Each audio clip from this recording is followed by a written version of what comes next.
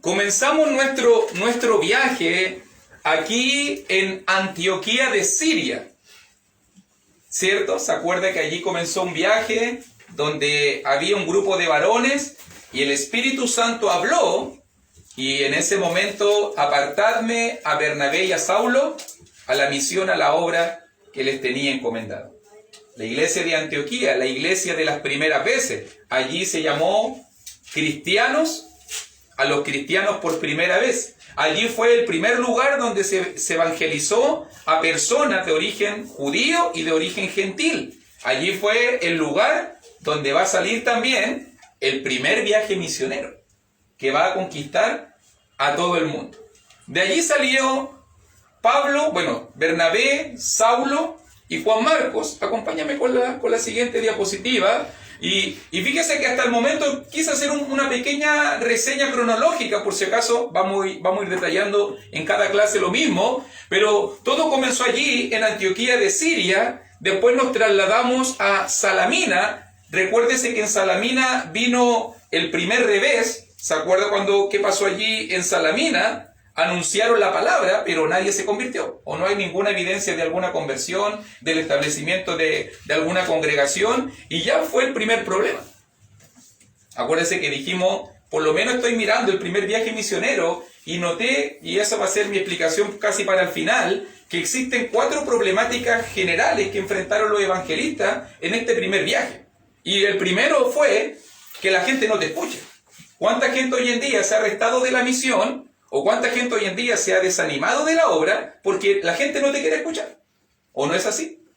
¿Se ha desanimado usted cuando le habla a alguien de la palabra y no responde activamente a lo que usted quiere? ¿Cómo se siente usted cuando usted le predica a un familiar, a un amigo, a un vecino, a un hijo, a un esposo, a una esposa y la persona no quiere recibir? ¿Te frustra? ¿Te desilusiona? Bueno, eso fue lo que enfrentaron ellos. Fueron a predicarle a una ciudad completa y nadie respondió. Imagínense, y mejor cambiemos de profesión. Comenzando el viaje misionero. Después de eso siguieron y ya les fue mejor en Pafos. En Pafos ya contactaron al varón Sergio Paulo y ya la obra comenzó a surgir. La iglesia se bautizó el principal, un procónsul.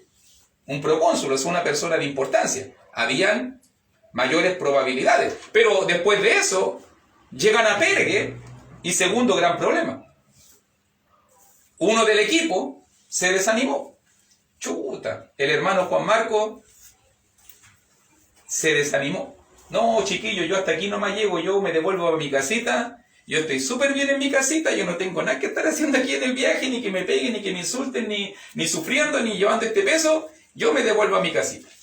Y Juan Marcos se devolvió. Juan Marcos se devolvió y dejó la obra botada, por decirlo usando una frase coloquial, ¿cierto?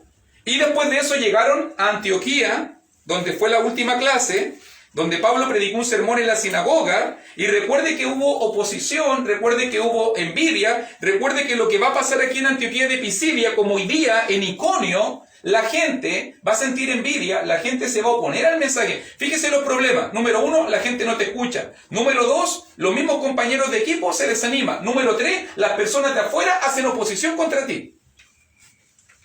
¿Seguirías en la obra tú? Cuando la gente que está a tu alrededor no te cree, cuando tus amigos te abandonan, y más encima, aparte de eso, la gente se opone a ti. Incluso vamos a llegar a Listra, que va a ser la próxima clase, y cuando llegamos a Listra, a Pablo lo apedrean de tal manera que lo dejan como muerto. Y como una bolsa, ustedes pueden ver en el capítulo 14, que a Pablo lo van a pescar y lo van a tirar fuera de la ciudad como un muerto. Como un muerto. ¿Qué pensaría usted de la obra de Dios si usted viera algo así? ¿O te pasara a ti? ¿Seguiría adelante? ¿Te pondrías de pie? ¿Te limpiarías las rodillas amoratadas, sangrando? ¿Y seguiría a la próxima ciudad predicando la palabra? ¿Seguiría adelante en el propósito de Dios? Esas son las pruebas, esas fueron las luchas que Pablo tuvo que enfrentar en medio de este viaje misionero. Note que terminamos nosotros con el lindo reportaje, porque hubo problema en versículo 50 del capítulo 13, pero terminamos con el lindo reportaje en Hechos 13:52, y los discípulos estaban llenos de gozo y del Espíritu Santo. Ahí estaba la iglesia, floreciendo en medio de la adversidad, floreciendo en medio de la persecución, en medio de personas que se oponían, judíos envidiosos que no querían en este caso recibir la palabra. Entonces Pablo se va, versículo 1 de capítulo 14, y vamos a leerlo, como lo hicimos la dinámica. A ver, vamos a comenzar por acá. La hermana Yanina, 14:1, la hermana Matías, 14:2, la hermana Jessica, 14:3, la hermana Claudia, 14:4, la hermana Luciano, 14:5, la hermana Elcita, 14:6, el hermano John, 14:7. Vamos a dejarlo hasta ahí por mientras. De ahí seguimos con Pris y con la hermana Ceti. Ok. Aconteció en Iconio que entraron juntos en la sinagoga de los judíos y hablaron de tal manera que creyó una gran multitud de judíos y asimismo de griegos. Mas los judíos que no creían excitaron y corrompieron los ánimos de los gentiles contra los hermanos. Por tanto, se detuvieron allí mucho tiempo, hablando con denuedo, confiados en el Señor, el cual daba testimonio a la palabra de su gracia, concediendo que se hiciesen por las manos de ellos señales y prodigios. Y la gente de la ciudad estaba dividida, unos estaban con los judíos y otros con los apóstoles. Pero cuando los judíos y los gentiles, juntamente con sus gobernantes, se lanzaron a afrentarlos y a apedrearlos. Habiendo sabido, huyeron a Listra y Derbe, ciudades de la Coina, y a toda la región circunvecina. Y allí predicaban el Evangelio. Muchas gracias por el momento. Nótelo bien. Hasta ahí vamos a dejarlo. ¿Querías leerlo tú? Léelo tú si quieres, no hay ningún problema. No hay ningún problema si quieres leer la palabra. De ahí te voy a mandarte el Salmo 119 para que lo leáis completo. Si quieres. Son 176 versículos. Ok, fíjese. Aconteció, ahora, ayúdame un poquito Elías, con la otra. Aconteció que donde estaban, recuérdense que Perga, Antioquía de Pisidia, y ahora ellos se dirigen a Iconio. La próxima ciudad, recuerden que esto estamos hablando de la provincia de Galacia. Aquí están los Gálatas por si acaso. ¿Ok?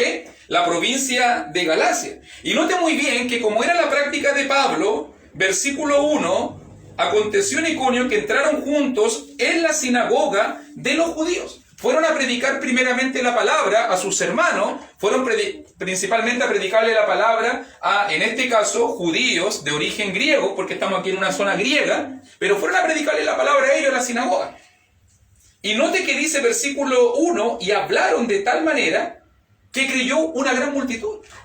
¡Qué maravilloso! Note por si acaso que la palabra, quiero hacer notar algo, la palabra creer, aquí en versículo 1, es la misma que está en 13:48. En 13:48 también se dice, creyeron todos los que estaban ordenados para vida eterna. La palabra creer no es solamente tener fe en este pasaje. La palabra creer tiene que ver con obedecer. Tiene que ver con obedecer. Creer algo de tal manera, de tal forma, que tú estés dispuesto a seguirlo, a vivirlo, a aplicarlo en tu vida. Ellos no solo creyeron, ellos obedecieron y creyó una gran multitud de judíos y asimismo de griegos. Nota, una iglesia como muy parecida como la de Antioquía de Siria, una iglesia mixta, donde habían judíos y donde habían gentiles. Pero note muy bien, ¿cómo tiene que haberse sentido el diablo? Es lo que yo me pregunto. Imagínate, el evangelio estaba por aquí nomás, encapsulado, habíamos llegado hasta Hechos capítulo 8 y el evangelio estaba aquí solamente y no salía de aquí. Después de eso, en Hechos capítulo 8, el evangelio salió a Samaria. Después de eso, salió a Cesarea en capítulo 10. Después en capítulo 11 llegó a Antioquía. Ahora en capítulo 13 y 14 está llegando a Galacia. Esto está incomodando al diablo. Y nota cómo va creciendo la oposición, porque el diablo quiere atacar. ¿Cómo quiere atacar? ¿Atacó con Juan Marcos? Claro que sí. Quiso desanimar al equipo. ¿Atacó con la frustración de no convertir a nadie? Claro que sí. En Salamina tienen que haber luchado contra esa frustración, que nadie te escuche. Tienen que haber luchado en Pergue contra la desilusión de que un compañero vuelva atrás. Llegaron ahora a Antioquía de Pisidia y a Iconio y vienen los problemas. Versículo 2. Mas los judíos que no creían excitaron, o sea, exacerbaron los ánimos, encendieron los ánimos y corrompieron los ánimos de los gentiles contra los hermanos. Y aquí se unen ambos, o sea, fíjate bien. Para mí, por si acaso, esto es peligrosísimo, porque normalmente los judíos se oponían, y cuando los judíos se juntaban con los gentiles, fue la misma turba que mató a Cristo. Porque los judíos quisieron dañar a Jesús, pero ¿quiénes fueron al final las manos que lo hicieron? Los romanos. Los romanos. Y cada vez que se une ese dúo dinámico de judíos y gentiles, normalmente hay cristianos muertos. Normalmente hay cristianos muertos. Y fíjese muy bien que los judíos fueron inmediatamente a contaminar la fe, inmediatamente a dañar la obra, inmediatamente, en este caso, a corromper los ánimos de los gentiles contra los hermanos. Note ahora aquí hay tres grupos: judíos, gentiles y hermanos. Judíos de la sinagoga, gentiles del mundo, hermanos de la iglesia. Esos son los tres grupos que están cohabitando aquí. Y note bien la oposición. Comenzó la oposición externa. La obra, imagínense, Antioquía, Iconio. ¿Cómo te sentirías tú? ¿Haríamos nosotros la obra de Dios? ¿Haríamos la obra de Dios nosotros habiendo oposición externa? Problemas desde adentro. Problemas desde adentro. El equipo misionero no funcionó. Eran 3, ahora van 2. Ahora van 2. Más peso para ambos. Aparte de eso ahora, problemas externos. Problemas externos. La gente cree, la gente se convierte, pero la iglesia comienza a enfrentar problemas. Pregunta aquí. Mire el versículo 3 solamente. ¿Qué le llama la atención del versículo 3, mi hermano? Por mucho tiempo, yo lidié con esta idea. ¿Por qué Lucas insertó esta idea aquí en versículo 3? Note que no se ve natural en el texto. No es natural en el texto. O digamos lo mejor, no es natural en mi vida, no es natural en tu vida. No es natural en tu vida. ¿Cómo reaccionamos normalmente nosotros cuando tenemos problemas?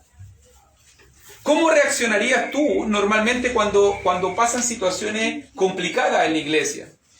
¿Cómo estarías tú? ¿Cómo enfrentarías tú la desilusión de que la gente que está a tu lado deje atrás la obra? ¿Cómo reaccionarías tú de que la gente no quiera convertirse? ¿Cómo reaccionarías tú que la gente comience a murmurar, a juzgarte, a apuntarte? Lo que estaba pasando en Iconio. ¿Le darían ganas de seguir predicando la palabra? ¿Le darían ganas de seguir perseverando en el Evangelio? Si somos honestos, por menos la gente ha desertado. Por menos. A veces la gente no quiere venir a la iglesia porque le miran feo. A veces la gente no quiere venir a la iglesia porque tuvo un problema, un dime y direte, una discusión.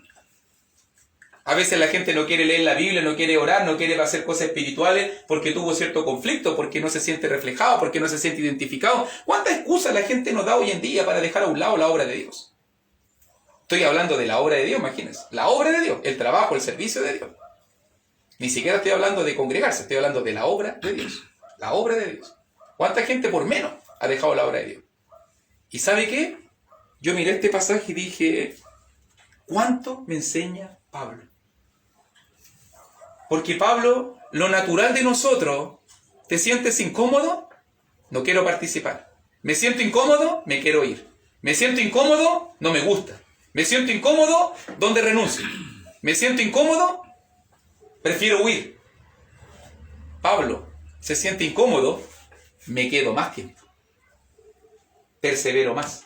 Versículo 3. Por tanto, y fíjese muy bien que ese por tanto es un conectivo. Eso significa que es la respuesta de Pablo ante la oposición. Es como que si Pablo dijese, el diablo me está atacando, Satanás me quiere sacar de este lugar, Satanás quiere desanimarme, Satanás quiere desorientarme, no lo va a conseguir. No lo va a conseguir. Por tanto, versículo 3, se detuvieron allí mucho tiempo. El diablo hizo la guerra, yo también la voy a hacer. El diablo sigue hinchando, sigue molestando, sigue insistiendo, yo también voy a insistir. Eso es lo que está diciendo aquí. ¿Cómo se llama eso? Aparte de ser valiente. ¿Cierto? Esa es la capacidad de poder sobreponerse, o como algunos le llaman la resiliencia, es la capacidad de poder sobreponerse a los problemas y a las situaciones que le están rodeando, ¿no? Eso es lo que hizo de Pablo un ministro exitoso, un predicador exitoso, un siervo de Dios exitoso. Por tanto, se detuvieron allí mucho tiempo. Me están criticando, me están dañando, la gente se está oponiendo, los judíos están excitando los ánimos de todos, me están persiguiendo en la sinagoga. La gente es complicada en Iconio, la gente es complicada en Antioquía, la gente va a ser terrible en Listra. Y muchos dirían, no, yo no estoy dispuesto a esto. No, para problemas, para la iglesia, para problemas, no, mejor me voy. Ah, estoy loco, qué problema. Voy a estar teniendo problemas yo. Mejor vivo mi vida tranquilo que voy a estar teniendo problemas yo. ¿Se imagina Pablo hubiese pensado así? ¿Se imagina Pablo se hubiese rendido? Y dice, no, yo no me bauticé para estar teniendo problemas, para que la gente me ande insultando, anden hablando mal de mí, y me vea ya en Antioquía, ahora en Iconio, después en Listra, en Derbe. No, puro problema, no. Renuncio. Y por si acaso se lo digo, esto pasa habitualmente. Personas que por menos. Descuidan la vida espiritual, descuidan la oración, descuidan la palabra. ¿Y cuál es el justificativo? Es que vino un problema. Yo aprendo de Pablo en este versículo a perseverar más en medio de los problemas, a luchar más en medio de los problemas, a buscar más de Dios en medio de los problemas, a orientarme más. Por tanto, se detuvieron allí mucho tiempo. ¡Qué maravilloso es Pablo! ¡Qué maravilloso es Pablo! El diablo quería echarlo de Iconio. ¿Usted cree que el diablo no está trabajando por debajo? ¿Usted cree que el diablo no quiere echar a Pablo de Iconio? ¿Usted cree que el diablo no conoces? ¿Tú sabes quién es el que verdaderamente conoce mejor que tú todo tu potencial? ¿Tú te has dado cuenta de eso? ¿Quién es el que te conoce mejor que tú mismo? El que conoce mejor tu potencial, mejor que nadie más, es el diablo, hermano. ¿Y tú sabes por qué el diablo te pone tanto tropiezo, pone tanto problema y pone tantas situaciones? Porque como el diablo te conoce, entonces el diablo sabe a quién tiene que hacer caer. Por eso es que el diablo va a poner estorbo. Por eso es que el diablo va a mandar problemas. ¿O usted cree que esto fue casualidad que a Pablo justo lo persiguieran? ¿Va a ser casualidad que Pablo justo Juan Marcos se desanime? ¿Va a ser una casualidad que justo de que en Antioquía, en Iconio vengan problemas? Si estar en la obra de Dios es una batalla.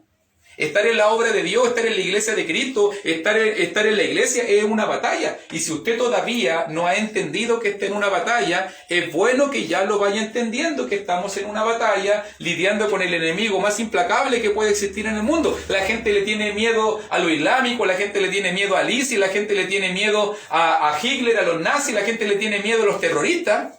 Pero el enemigo más fuerte que hay en este momento en el mundo es Satanás, el diablo. Y usted está peleando contra él. Y si usted no se lo toma en serio, lo más probable es que va a terminar acabado. Por eso Pablo nos muestra lo que es la resistencia, la perseverancia. Hay problemas, más persevero, más lucho, más me quedo. Obviamente, había creído una gran multitud. ¿Usted cree que al diablo no le picó? ¿Usted cree que el diablo no se sintió frustrado, resentido de que se bautizara mucha gente en Iconio? Obvio que quería destruir la iglesia de Iconio. ¿A dónde atacó? ¿A los hermanos? Atacó a Pablo. Automáticamente. ¿Y qué hizo Pablo? ¿Me están atacando? Más nos quedamos.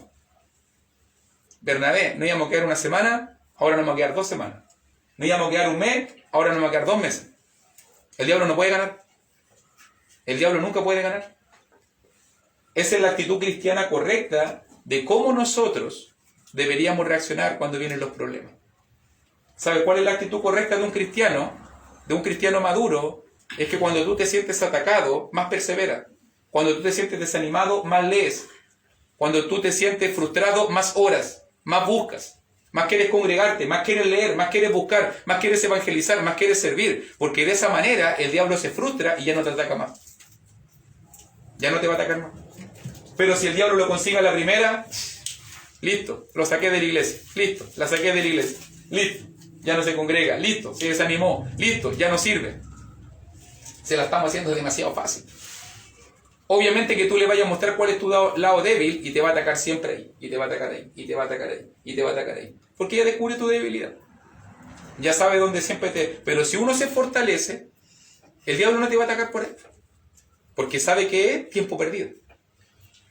Pero a veces yo se lo digo de una forma simple, pero es lo que estoy mirando en el pasaje. Note, no es accidental que todo esto esté pasando en el primer viaje. Y aunque ellos eran siervos de Dios, y aunque ellos eran protegidos por Dios, y aunque un ángel los libró en un momento de una cárcel, y aunque van a pasar cosas sobrenaturales, ellos también estuvieron expuestos a los problemas de la vida. Pablo, el que en un momento a Bar Jesús oró y lo dejó ciego, uno diría, chuta, si Dios tiene poder, ¿por qué no libra a Pablo de las piedras de Listra? Si Dios tiene poder, ¿por qué no libra a Pablo del odio de Iconio? ¿Los problemas? Claro, porque los siervos de Dios también están expuestos a problemas. También están expuestos a tribulaciones. Allí es donde realmente se muestra el carácter cristiano. Es allí realmente donde se muestra el carácter cristiano. Por eso dice, se detuvieron allí mucho tiempo, hablando con denuedo, con valentía, y note bien, ¿qué es lo que mantenía Pablo? Confiados en el Señor.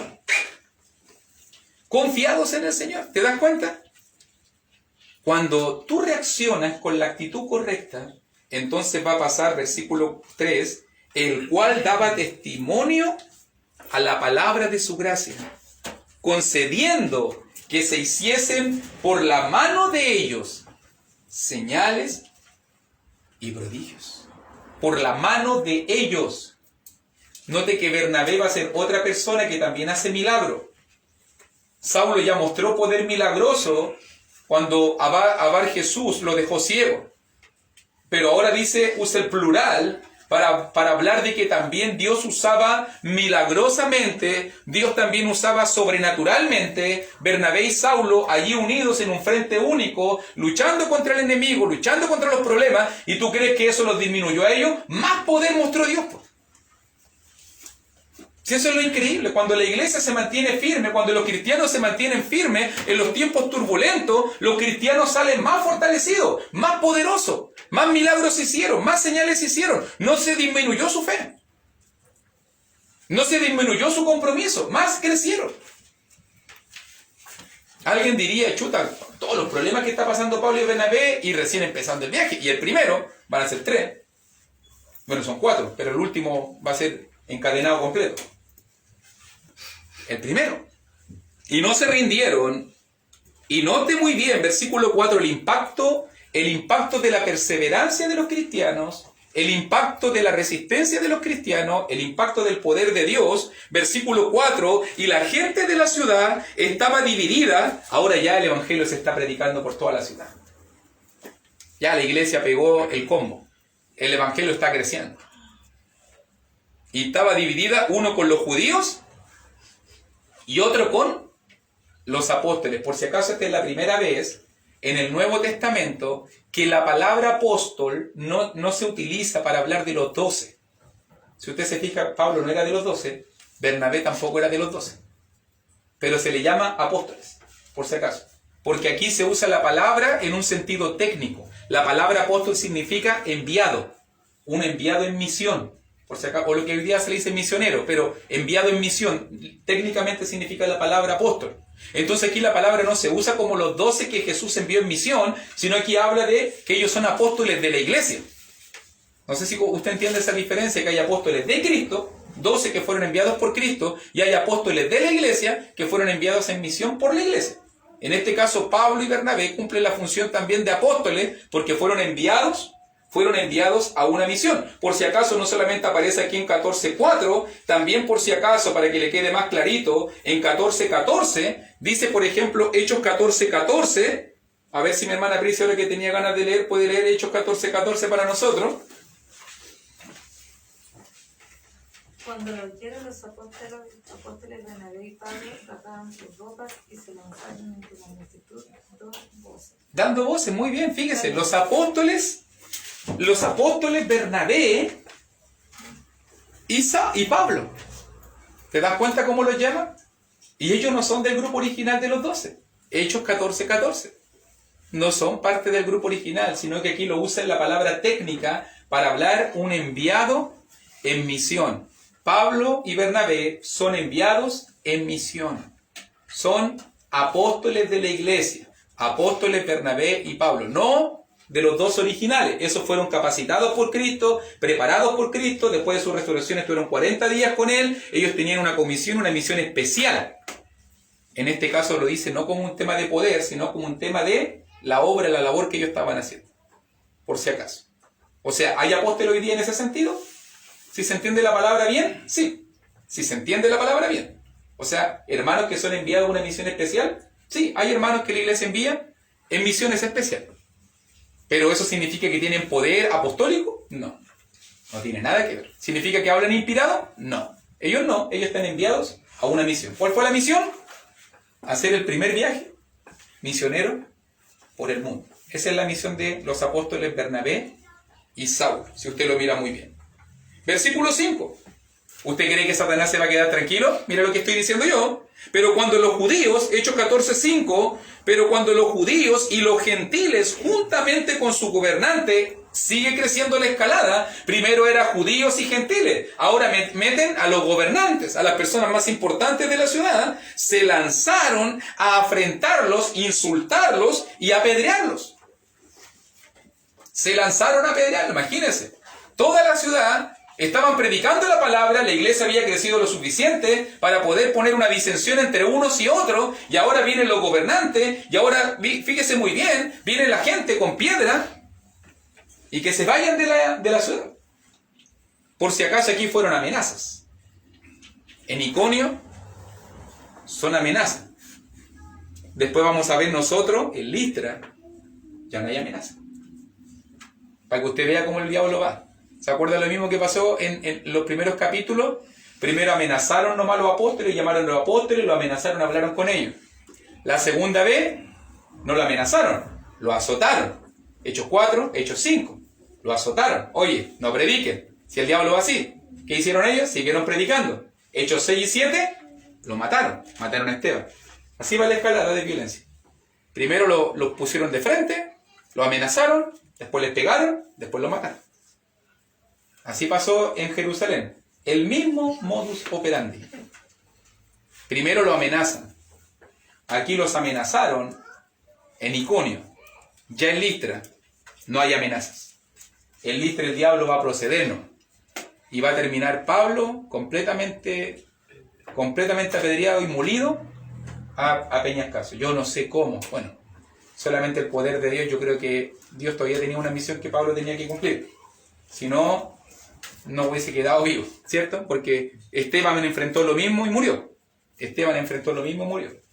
Pero Pablo va a ser apedreado. Aquí solamente son las amenazas. Me imagino que alguien tiene que haberle tirado un peñascazo por ahí por allá, tiene que haberlo insultado, tiene que haberlo echado, porque la actitud de ellos, versículo 6, habiéndolo sabido, huyeron a Listra. Y yo siempre me río de este versículo porque es como que salí de la cueva de un pequeño enemigo y te vaya a meterte en la guarida del león. Salieron arrancando para que no la apedrearan en Iconio y van a meterse a Listra, donde va a ser la peor persecución de la vida de Pablo. Pablo toda la vida se va a acordar de las piedras de Listra. Él lo va a contar siempre. Imagínense, salieron arrancando para evitar una prueba y llegaron a una prueba peor. O sea, alguien diría por ahí, salieron de una para meterse en una peor. Y llegan a Listra y Derbe, ciudades de Licaonia, y comienzan a predicar la palabra acá y a toda la región circunvecina, por si acaso, y termina diciendo en el versículo 7, y allí predicaban el Evangelio. ¿Te fijas muy bien? ¿Qué te llama la atención ahora del versículo 7? Nuevamente el mismo contexto de lucha. ¿Qué hacen los apóstoles? ¿Qué hacen los cristianos en medio de los tiempos de lucha, en medio de los tiempos de persecución, en medio de los tiempos de prueba? Lo están persiguiendo, los quieren matar, lo están amenazando, lo amenazaron en Iconio. Están habiendo problemas en la sinagoga. Ya en Antioquía de Pisidio hubo problemas. Ya en Iconio hay problemas. Ya Juan Marcos se desanimó. Ahora, entendiendo un poquito la situación, ¿entiendes un poco Juan Marcos? ¿Entiendes un poco Juan Marcos? A lo mejor es joven, es inexperto. A lo mejor no tiene mucha fortaleza como la tiene Bernabé y Saulo. A lo mejor vio el tamaño de la prueba y se dio cuenta, chuta, yo como que no sirvo mucho para ser evangelista, déjenme congregándome en Jerusalén nomás, yo estoy bien ahí, con mi mamita, con los hermanos orando, yo estoy súper bien allá, porque ahí vemos a Juan Marcos, nosotros ahí lo conocimos, en la casa de su mamita en Jerusalén, orando con los hermanos, yo estoy súper bien, pero me di cuenta que para la misión, wow, parece que no voy a estar dispuesto, y regresa, la prueba es fuerte, la prueba es súper fuerte para él. Y aquí llegan y no se detienen, versículo 7, y allí predicaban el Evangelio. Hermano, el Evangelio nunca debe detenerse. Los tiempos cambian, las situaciones, las pruebas van y vienen, las crisis van y vienen. Los problemas en tu vida y los problemas en mi vida y los problemas en la iglesia y los problemas de afuera y las presiones del mundo y la pandemia, la crisis económica y las persecuciones y todo lo que tú quieras poner en esa lista, todo va y viene. Pero el Evangelio no debe detenerse. No debe detenerse. Allí predicaban el Evangelio. ¿Allí dónde? Allí perseguidos. Allí en Iconio. Allí en Derbe, allí en Listra, allí donde están pasando problemas, allí donde pasaron problemas en Antioquía de Pisidia. Sí, allí el Evangelio no se detuvo. Porque si el Evangelio se detiene, entonces no se está cumpliendo el propósito de Dios. ¿O no? ¿O se estaría cumpliendo el propósito de Dios? ¿Cuál es la misión de la iglesia? ¿Cuál es la misión que tú tienes y yo tengo en este mundo? Por lo menos Jesús lo dejó clarito, Mateo capítulo 28, versículo 19, versículo 20, Marcos capítulo 16, versículo 15 y versículo 16. La misión es clarita. Hechos capítulo 1, versículo 8. La misión es clarita. Vayan y hagan discípulos a todas las naciones. Vayan y prediquen el Evangelio. Vayan y hablen a toda criatura. Y me seréis testigos en Jerusalén, en Judea, en Samaria y hasta lo último de la tierra. Si la iglesia se detiene de esa misión, si no estamos predicando el Evangelio, si no estamos llamando al perdido, si no estamos restaurando al hermano que ha caído, si no estamos haciendo la obra de Cristo, entonces el diablo ganó la batalla. El diablo ganó. ¿En serio? Si usted cree que al diablo le preocupa que nosotros estemos congregados, al diablo no le preocupa que nosotros estemos congregados. Al diablo ni se inmuta si usted está congregado.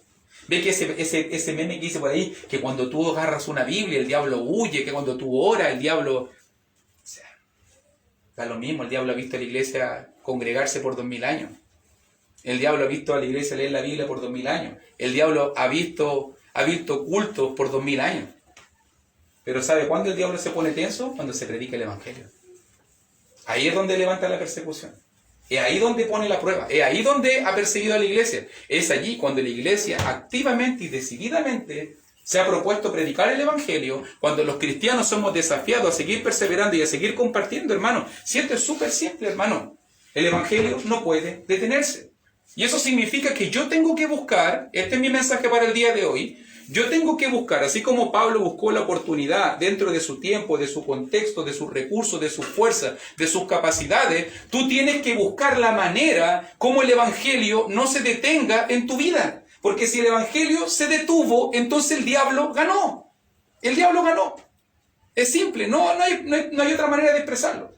Entonces yo tengo que buscar las maneras y las formas que el Evangelio no se detenga. No sé cómo, invitando gente, no sé cómo, compartiendo un mensaje, no sé cómo, llevándole un mensaje de aliento, esperanza a una persona, no sé cómo, pero tú tienes que buscar la manera de que el Evangelio no se detenga en este mundo. Porque si el Evangelio se detuvo en este mundo y tú tienes comodidad, entonces en este momento no eres una amenaza para el diablo.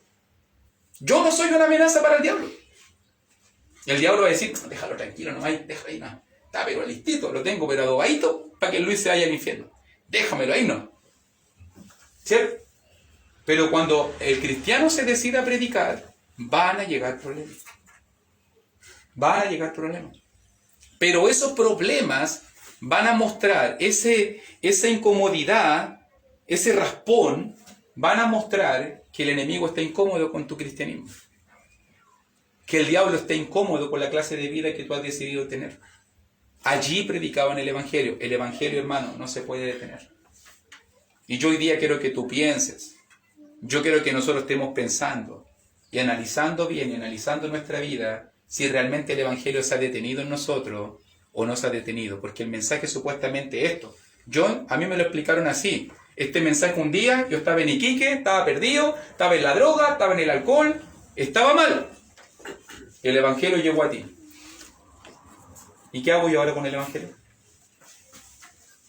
Llegó a mí, me salvó. Chuta, qué rico, me salvó el Evangelio. Soy una nueva criatura, tengo una familia, Dios me ha dado bendiciones, Dios me ha prosperado, Dios ha sido bueno conmigo. Ok, ¿y ahora? ¿Hacia dónde va el Evangelio? ¿Cierto? El Evangelio debería seguir pasando a una próxima generación o a un próximo eslabón. Si el Evangelio no está pasando a otro eslabón, entonces preocúpate. Porque el Evangelio no se puede detener. El Evangelio no puede detenerse.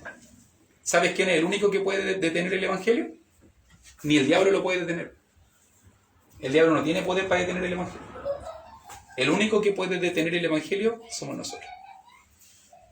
En mi desidia, mi comodidad, mi falta de compromiso, mi desenfoque, mi desorientación, mi desánimo, soy yo el que puedo detener el Evangelio. Soy yo el que puedo ser un estorbo en ese sentido para el Evangelio, porque el propósito de Dios es que el Evangelio siga creciendo, el Evangelio siga avanzando. Y entre más tiempo usted tenga en el Evangelio, usted más capacitado puede estar. A lo mejor recién eres nuevo, no hay problema. Pero si ya han pasado los años, si yo ya tengo que tener una cierta experticia, si yo ya tengo que tener cierto manejo de ciertos conceptos, de ciertos temas, yo creo que ya es mi deber y mi responsabilidad de estar compartiendo a otras personas. Yo no le estoy diciendo, no le estoy proponiendo un plan de trabajo, yo no le estoy diciendo que usted haga estudios bíblicos, yo no estoy diciendo que usted va a ser un maestro, un evangelista. Yo le estoy diciendo que usted tiene que involucrarse de alguna manera en que el Evangelio siga siendo propagado a la próxima generación. ¿Por qué ellos lo hicieron? ¿Y cómo yo sé que ellos lo hicieron y fueron efectivos? Porque hoy día usted está aquí. Alguien, después de 2000 años atrás, alguien siguió la cadena, y el Evangelio te llegó a ti y me llegó a mí. Entonces imagínense que quede yo como recordado como el que cortó la cadena. Por 2000 años ellos han perseverado para que esto llegue a nosotros. Y ahora yo lo paro. Y ahora yo por mi falta de compromiso, y ahora yo por mi desánimo, y ahora yo por mi pecado, por mi soberbia, yo voy a parar esta cadena que lleva 2000 años avanzando. Allí predicaban el Evangelio. Tenemos que buscar maneras y formas. ¿Cierto? Amén. Tenemos que involucrarnos. Yo no le estoy diciendo que todos van a tener el don de evangelista. Yo no le estoy diciendo que todos van a estar capacitados para hacer estudios bíblicos. Pero, por ejemplo, se están compartiendo mensajes. El otro día me hacían esa pregunta, pero ¿yo cómo puedo hacerlo? Comparta los mensajes. Hoy día quiero una grabación. Comparta la grabación a otro. Si tú no te sientes capacitado de poder entregar la clase, busca maneras. Hay estudios en audio, hay mensajes en YouTube, hay libros, hay estudios en PDF, hay textos bíblicos, pero busca una manera de que el Evangelio pueda ser sembrado en los otros corazones. Hay tanto por hacer, hermano. Es increíble. Hay tanto por hacer y tan poco que hacemos. Porque a veces uno dice, chuta, compartir, pum, compártelo. Transmítelo. Invita a otros.